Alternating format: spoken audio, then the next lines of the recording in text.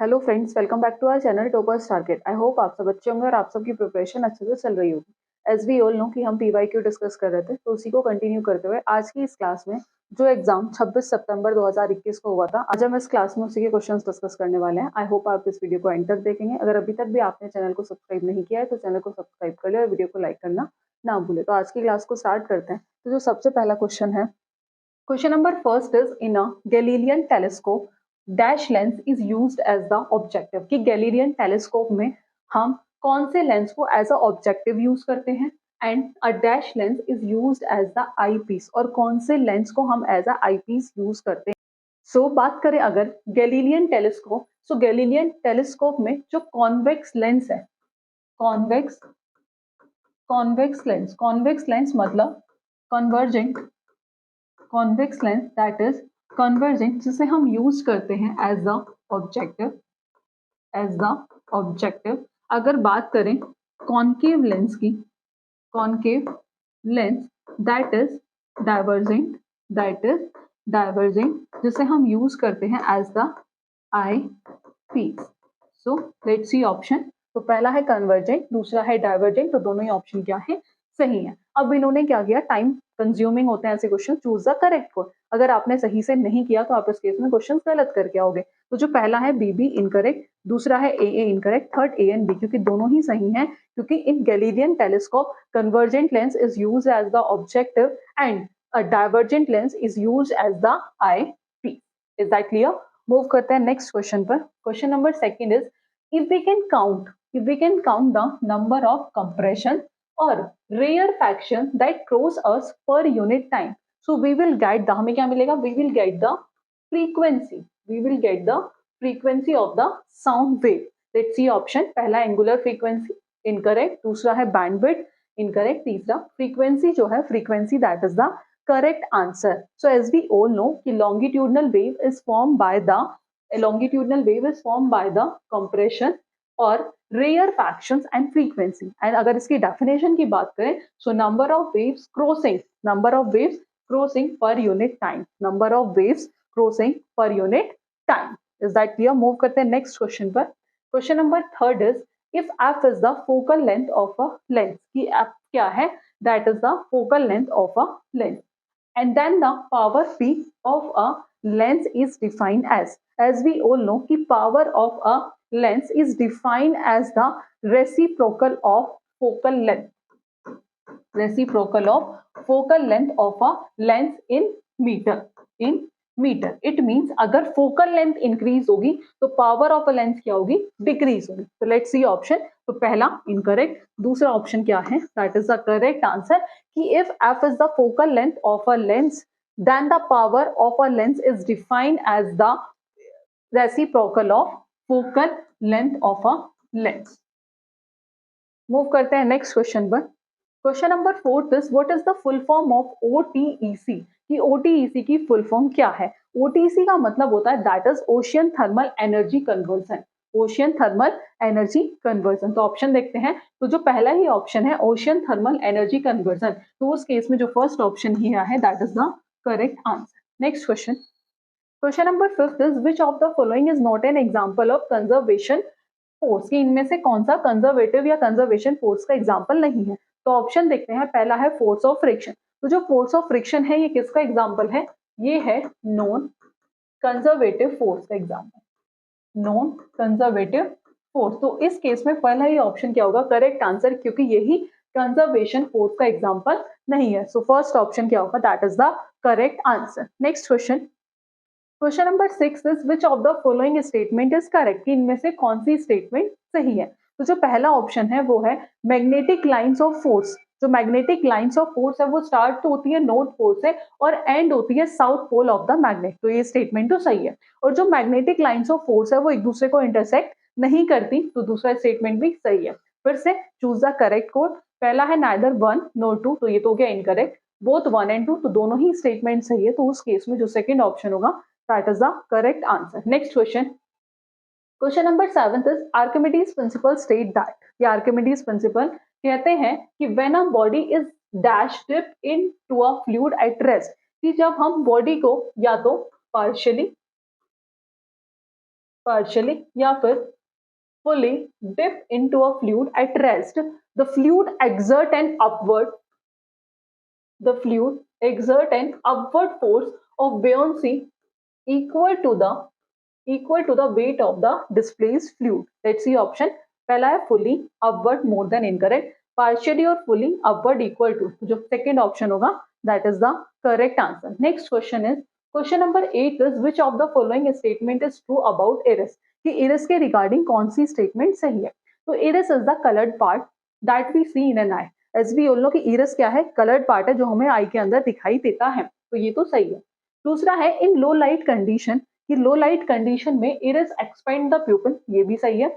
और good light condition में iris क्या करेगा? प्यूपिल को कॉन्ट्रैक्ट करेगा, तो ये भी सही है. तो इस केस में तीनों ही स्टेटमेंट क्या है? सही है. Choose the correct code. तो पहला है only 2 and 3, that is incorrect. दूसरा है only 1 and 2, that is also incorrect. तीसरा है only 1, that is also incorrect. Fourth is 1 2 3, तो जो फोर्थ ऑप्शन होगा that is the correct answer. Next question पर मूव करते हैं. तो क्वेश्चन नंबर 9 है आपका, the dash and dash of a system taken together. जब हम दो सिस्टम को एक साथ मिला दें तो क्या फॉर्म होगा? तो ऑप्शन है kinetic energy, potential energy, mechanical energy और थर्मल एनर्जी. तो एज वी ऑल नो कि जब हम kinetic energy plus potential energy, तो इन दोनों को मिला दे तो ये क्या फॉर्म करेंगे?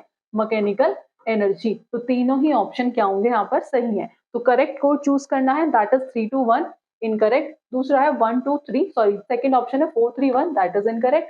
Third is 1 2 3, so third option is the correct answer. Next question. Question number 10th is a large force acting for a short time to produce a finite change and a momentum is called a dash. कि संवेग में परिमित परिवर्तन उत्पन्न करने के लिए थोड़े समय के लिए कार्य करने वाले एक बड़े बल को कहा जाता है, तो उसे हम कहते हैं आवेगी बल, दैट इज इंपल्सिव फोर्स. उसे हम कहते हैं इंपल्सिव फोर्स. तो ऑप्शन देखते हैं. पहला है मोमेंटम फोर्स, इनकरेक्ट. दूसरा है सर्कुलर फोर्स, इनकरेक्ट. तीसरा है इंपल्सिव फोर्स. तो थर्ड ऑप्शन क्या होगा? That is the correct answer. Next question. Question number 11 is group 1 element of the periodic table. जो ग्रुप 1 के एलिमेंट है पीरियोडिक टेबल में, हाइड्रोजन को छोड़ के उन्हें हम क्या कहते हैं? तो उन्हें हम कहते हैं that is known as alkali metal. जो किसका पार्ट है? जो पार्ट है एस ब्लॉक का. किसका पार्ट है? एस ब्लॉक का. कौन कौन से मेंबर आते हैं इसके अंदर?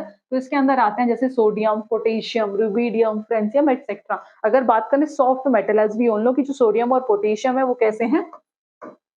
सोडियम और पोटेशियम जो है वो कैसे हैं? वो सॉफ्ट मेटल है, that is soft metal.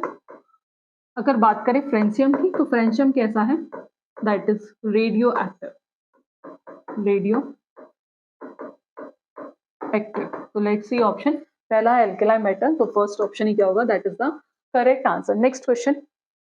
Question number 12 is what is the mass of one atom of oxygen. की क्या बताना है कि ऑक्सीजन के एक परमाणु का द्रव्यमान कितना होता है? तो what is the mass of one atom of oxygen. So as we all know, अगर बात करें atomic weight of oxygen, so atomic weight of oxygen that is 16 gram per mole. ठीक है. Atomic weight of oxygen that is 16 gram per mole, and after that 1 mole oxygen atom contain 1 mole oxygen atom contain 6.02 to 23 into 10 raised to power 23 is equals to 16 gram. After that question में पूछा है कि मास of one atom of oxygen. तो पहले हम निकालेंगे mass of 6.022 into 23 into 10 raised to power 23 mass of 6 oxygen atom is equals to 16 gram. अब हमें निकालना है one atom, mass of one atom of oxygen. Question में पूछा है mass of one atom of oxygen. तो mass of one atom of oxygen, mass of one atom of oxygen that is 16 upon 6.023 into 10 raised to power 23. इसे calculate करोगे, calculate करके जो answer आएगा वो आएगा आपका 2.66 into 10 raised to power -23 ग्राम. तो ऑप्शन देखते हैं. जो पहला ही ऑप्शन है 2.66 इंटू 10⁻⁻20 ग्राम। तो जो फर्स्ट ऑप्शन होगा that is the correct answer. Next question, question number 13 है विच of the following type of intermolecular interaction. ये कुछ टाइप्स गिवन है इंटरमॉलिक्यूलर इंटरेक्शन के, इनमें से पूछा है कि किसे हम वंडरवॉल फोर्स कहते हैं। तो पहला है लंडन फोर्स, दूसरा है डायपोल डायपोल फोर्स, तीसरा है dipole induced dipole force, fourth is hydrogen bonding. तो London force, dipole dipole force और डायपोल इंड्यूस्ड डायपोल फोर्स, ये तीनों को ही हम क्या कहते हैं, इन तीनों को ही कहते हैं वंडरवॉल फोर्स, वंडरवॉल फोर्स। तो इस केस में तो तीनों ही ऑप्शन क्या है, करेक्ट आंसर। तो choose the correct code, only 2, 3 and 4 incorrect, only 1, 2 and 3। तो थर्ड ऑप्शन क्या होगा, that is the correct answer. Move करते हैं नेक्स्ट क्वेश्चन पर। Question number 14 is work done is zero, कि वर्क डन कब जीरो होगा। कि पहला ऑप्शन है when force make an angle with displacement, जब फोर्स किसके साथ एंगल बना रहा होगा, डिस्प्लेसमेंट के साथ। तो दे तो हो गया इनकरेक्ट। दूसरा है कि when force acting on the body is perpendicular, कि जब फोर्स बॉडी पर एक्ट हो रही है जो किसके परपेंडिकुलर है, direction of the displacement of the body. तो इस केस में जो वर्क डन होगा वो क्या होगा, जीरो होगा। तो सेकंड ऑप्शन क्या होगा, that is the correct answer. Next question, question number 15 is which of the following is the weakest of all the intermolecular forces, कि इनमें से कौन सी फोर्स जो है वीकेस्ट है, इनमें से कौन सी इंटरमॉलिक्यूलर फोर्स ऐसी है जो वीकेस्ट है। तो लेट्स सी, पहला है dipole induced dipole force, incorrect. दूसरा है डायपोल डायपोल फोर्स, इनकरेक्ट। जो लंडन फोर्स होती है that is the weakest force of all the intermolecular forces. तो थर्ड ऑप्शन क्या होगा, that is the correct answer. Next question, question number 16 है विच of the following scientist perform the gold foil experiment. तो कौन से scientist ऐसे थे जिन्होंने गोल्ड फॉयल एक्सपेरिमेंट को परफॉर्म किया था, तो वो कौन थे, दैट इज अर्नेस्ट रदरफोर्ड। कौन थे वो, Ernest Rutherford. Let's see option, पहला है जे थॉमसन, इनकरेक्ट। दूसरा है Ernest Rutherford is the correct answer. Next question, question number 17 is the long form of the periodic table consists of that is 7 horizontal rows and 18 vertical column। तो पहला है 15 7 incorrect, दूसरा है 7 18। तो दूसरा option क्या होगा, that is the correct answer. Next question, question number 18 है who came to the conclusion that, कि किसने ये कंक्लूजन निकाला कि इन एवरी केमिकल रिएक्शन, की हर एक केमिकल रिएक्शन में total mass of all the reactant, जो टोटल मास है सारे रिएक्टेंट का वो इक्वल किसके होगा, total mass of all the product. और उसको हम कहते हैं this law is known as law of conservation of mass. As we all know कि according to law of conservation of mass, की mass can be neither be created nor a destroy. और किसने दिया था, किसने कहा था, ये कहा था एंटन लेविजियर ने। तो पहला है Claude Berthollet, incorrect. Joseph Frost, incorrect. Antoine Lavoisier is the correct answer. It state that कि mass can be neither be created nor a destroy. और इन्होंने ही कहा था कि total mass of all the reactant is equal to the total mass of the product. और इसे हम क्या कहते हैं, that is known as law of conservation of mass. Next question, question number 19 is what is the value of Avogadro constant. सबको पता है, easy question है, दैट इज 6.022 into 10⁻23। तो जो पहला ही ऑप्शन है that is the correct answer. Next question, question number 20 is find the number of proton and neutron and electron in Hg। इसमें हमें क्या फाइंड आउट करने हैं, नंबर ऑफ प्रोटॉन निकालने हैं, न्यूट्रॉन निकालने हैं एंड नंबर ऑफ इलेक्ट्रॉन्स क्या करने हैं इसके अंदर फाइंड आउट करने हैं। So let's see, as we all know Hg किसका सिंबल होता है, दैट इज मरकरी। इसका मरकरी, जिसमें 80 और 199 80। तो इसमें जो एटॉमिक नंबर है वो क्या है, दैट इज 80। एटॉमिक मास ये कितना गिवन है, that is 199। As we all know number of proton is equal to number of electron. Number of proton is equal to number of electron. Number of proton कितने 80, तो number of electron भी कितने हो गए 80। ठीक है, अब हमें निकालना है क्या, as we all know number of neutron. तो atomic mass is equal to number of proton plus number of neutron. ठीक है, एटॉमिक मास गिवन है that is 199 is equal to number of proton 80 plus number of neutron हमें क्या करने हैं, find करने हैं। तो 199 माइनस 80, अगर इसे सब्ट्रैक्ट करेंगे तो ये आएगा दैट इज 119। तो हमारे नंबर ऑफ न्यूट्रॉन कितने हो गए, दैट इज 119। तो पहले पूछा था प्रोटॉन कितने हैं 80, न्यूट्रॉन कितने हैं 119 और इलेक्ट्रॉन भी कितने हैं 80। तो लेट्स सी ऑप्शन पहला है 199 इनकरेक्ट, दूसरा है 80 80 दैट इज आल्सो इनकरेक्ट, 80 80 ये भी इनकरेक्ट, तो 80 119 80 that is the correct answer. Next question, question number 21 is which of the following is correct, कि इनमें से कौन सी स्टेटमेंट सही है। पहला है mass number is equal to number of proton, अभी बताया था कि जो नंबर ऑफ प्रोटोन है वो किसके इक्वल होता है, नंबर ऑफ इलेक्ट्रॉन के। Incorrect, mass number is equal to number of proton plus atomic number plus number of neutron. Mass number equal किसके इक्वल होता है, number of proton plus number of neutron, तो that is also incorrect. Mass number खाली number of neutron के equal होता है, ये भी इनकरेक्ट है। तो मास नंबर जो इक्वल होता है वो नंबर ऑफ प्रोटोन और नंबर ऑफ न्यूट्रॉन के होता है, तो उस केस में जो फोर्थ ऑप्शन होगा that is the correct answer. Next question, question number 22 is if an object move 40 metre towards north, कि अगर कोई ऑब्जेक्ट मूव कर रहा है 40 metre towards north and then 30 metre east and then 30 metre east, ठीक है, in the next 10 second, कि एक ऑब्जेक्ट मूव कर रहा है, an object move 40 metre towards north in 10 second and then 30 metre towards in next 10 second. अब इसमें क्या फाइंड आउट करना है, हमें बतानी है कि ऑब्जेक्ट की एवरेज वेलोसिटी क्या होगी। तो उससे पहले हम निकालेंगे resultant displacement, resultant displacement displacement of an object, of an object, तो that is 40 square plus 30 square. So 40 का स्क्वायर ये आप कैलकुलेट करना, जो 40 का स्क्वायर होगा दैट इज 1600 और 30 का स्क्वायर 900, ऐड करेंगे ये कितना आ जाएगा, कैलकुलेट करेंगे सर, हो जाएगा 2500 और ये किसका होता है, ये होता है 50 का, ठीक है। तो यहाँ से resultant displacement of an object, तो ये आ गया आपका 50 and after that time given था 10 सेकेंड, दोनों में कितना गिवन था, दैट इज 10 सेकेंड। तो हम यहाँ से क्या निकाल लेंगे, टोटल टाइम, तो टोटल टाइम कितना है, total time is equal to 10 second plus 10 second 10 10 20 second. अब हमें यहाँ से क्या निकालनी है, average velocity, average velocity is equals to 50 upon 20, तो ये आ जाएगा आपका आंसर, तो ये आ जाएगा 2.5 मीटर पर सेकेंड। लेट्स सी ऑप्शन, पहला है 2 दैट इज इनकरेक्ट, दूसरा 2.5 मीटर पर सेकेंड, तो सेकेंड ऑप्शन क्या होगा, that is the correct answer. Next question,